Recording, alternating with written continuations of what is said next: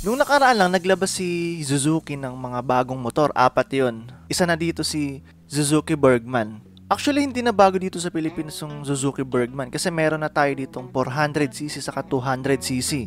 Ngayon, yung nilabas nila ngayon isang 125cc. Pang-entry ni Suzuki sa mga maxi scooter. Pero bago natin pag-usapan yan, huwag natin kalimutang mag-subscribe dito sa aking channel. Hit nyo na rin ang notification bell button para maging updated kayo sa mga videos na i-upload ko. Huwag nyo rin kalimutang i-follow ang ating Facebook fan page para sa inyong mga katanungan. So, check natin kung ano ba yung mga features nitong bagong Suzuki Bergman 125. Yung panel niya, hawig to ng panel ng Raider FI, yung 150. Kahit yung mga Gixxer na bago ngayon, ganito na din yung style ng panel nila eh. Parang iisa lang talaga yung pinagkuhanan, then nilagay na lang sa mga motor nila.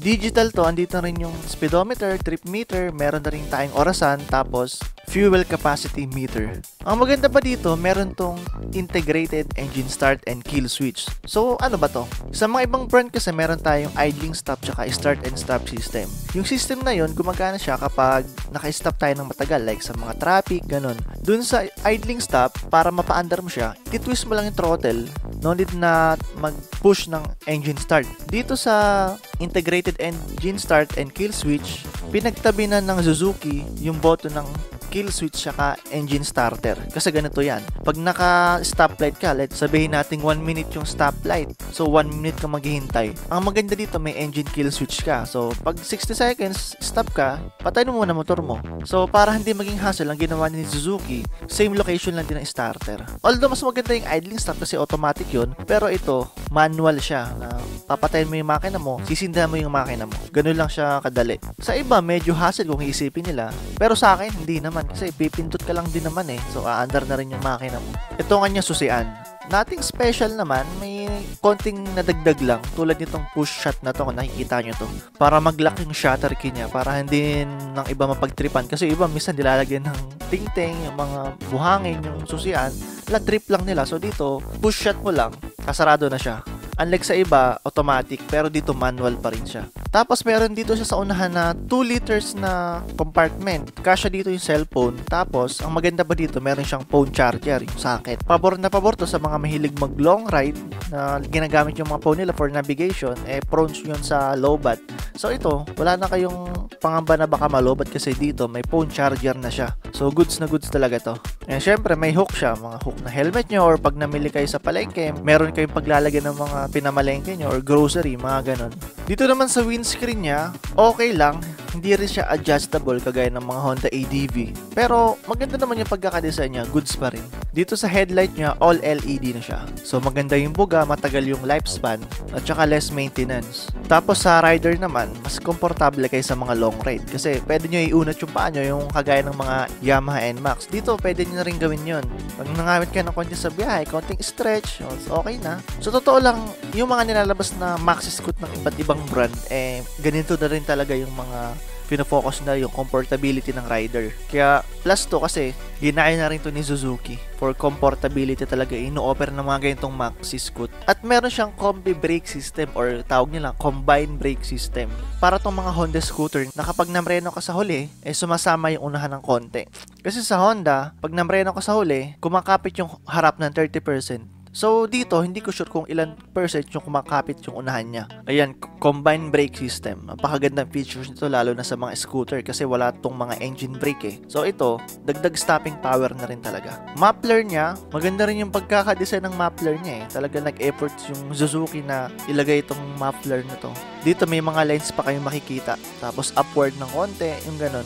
Kaso yung tip ng tambucho, medyo maliit. So, saktong-sakto lang din naman dun sa 125cc na engine niya. Medyo tahimik yung tunog nito kapag ganito. Kagaya nga ng mga ibang brand, ito, 3D emblem na rin like si Honda Click 150. Madalang na lang gumagamit ng mga sticker yung ibang brand. Puro 3D emblem na talaga. Itong taillight niya, okay din eh. Dito sa taillight niya, makikita nyo sama-sama yung stoplight, tapos yung signal light. Unlike dun sa mga Honda Click, naka-separate. Dito sama-sama. Ang maganda kasi dito, hindi siya prone sa bali kasi naka-design siya as one dito sa likod. Maganda rin siya tingnan kung tutusin. Yung upuan naman niya, papansin niyo yung magmula sa rider tsaka sa backride, medyo naka-elevate yan. So sabi dito sa nabasa kong article, nagbibigay dito ng comfortability sa rider tsaka sa backride. So maganda kung ganun, di ba? Tapos meron siyang compartment na 21 liter. Medyo malaki siya para sa isang 125cc na motor.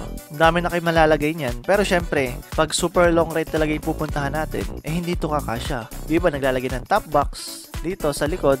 Pero ang pinakamaganda kasi dito, meron siyang footboard or yung gulay board na sinasabi ng iba na pwede ka maglagay ng bag dyan kapag nag long ride kayo. So may compartment ka, tapos may bag ka dito, tapos may top box ka sa likod. Marami kayong pwedeng idala, mga pasalubong pag pauwi, ganun, di ba? Pumunta naman tayo sa engine specification niya. So meron siyang 4-stroke, single cylinder, single overhead cam, 2 valves. Meron tayong bore stroke na 52.5 by 57.4 mm.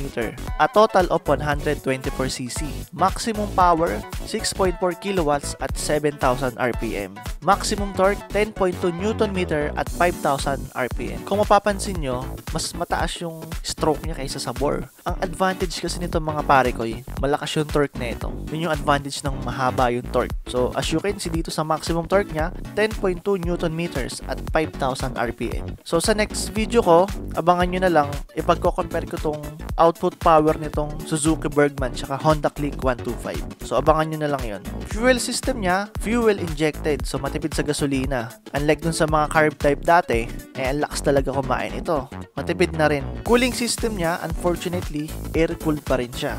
Unlike dun sa ibang brand na 125 liquid cooled. Pero okay pa rin naman to kasi marami pa rin namang 125cc sa ibang brand na air-cooled pa rin. At may mga nakakasabay rin naman ako sa rides na naka-air-cooled lang pero nakakasurvive naman yung makina sa mga long rides. Like nakakapagbiyahe sila sa Bicol, ganun. Wala namang problema sa makina. Starter niya, electric tsaka kick. So may kick starter siya. Pag medyo humina yung battery nyo or na-dense na yung battery nyo, may option pa kayo na kick starter. Ang transmission type niya, syempre automatic to. Relax lang to sa biyahe.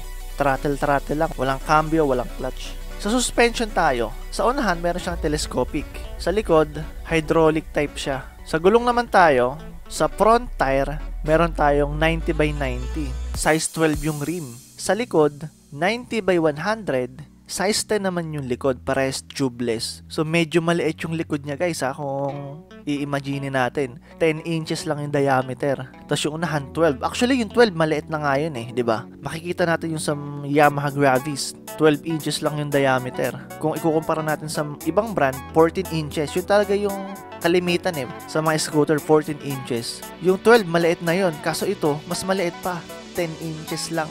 So, medyo unusual ngayon sa mga nilalabas na motor ngayon. Sa brakes tayo. Yung unahan niya, disc brake. Yung likod, drum brake pa rin siya. So, maganda sana dito, ginawa nilang disc brake front and back.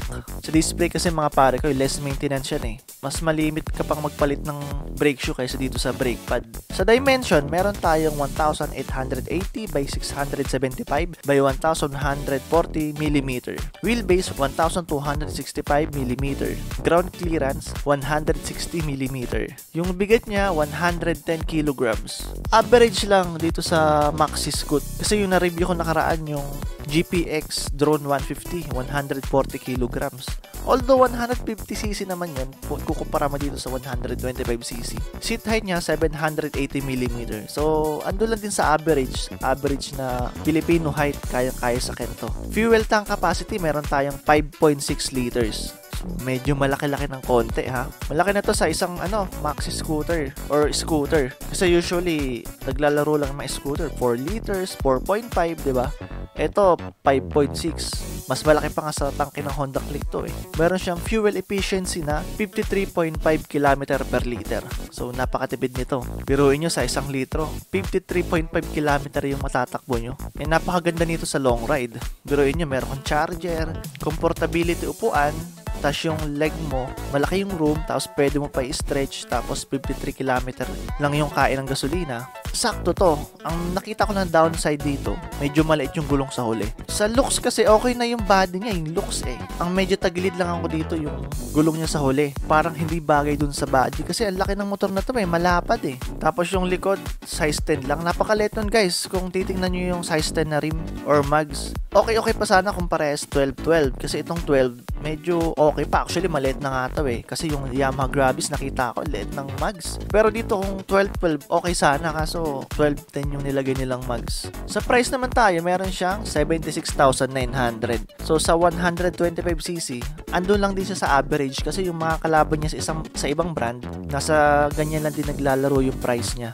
76, 75, 76, mga ganon. So sa inyo mga pare ko, sulit ba itong 76,000 para dito sa Suzuki Bergman 125cc? Tara't pag-usapan natin yan sa comment section below. Sa mga bago pa lang dito sa channel ko, ini-invite ko kayo na mag-subscribe sa aking channel. Hit nyo na rin ang notification bell button para maging updated kayo sa mga videos na i-upload ko.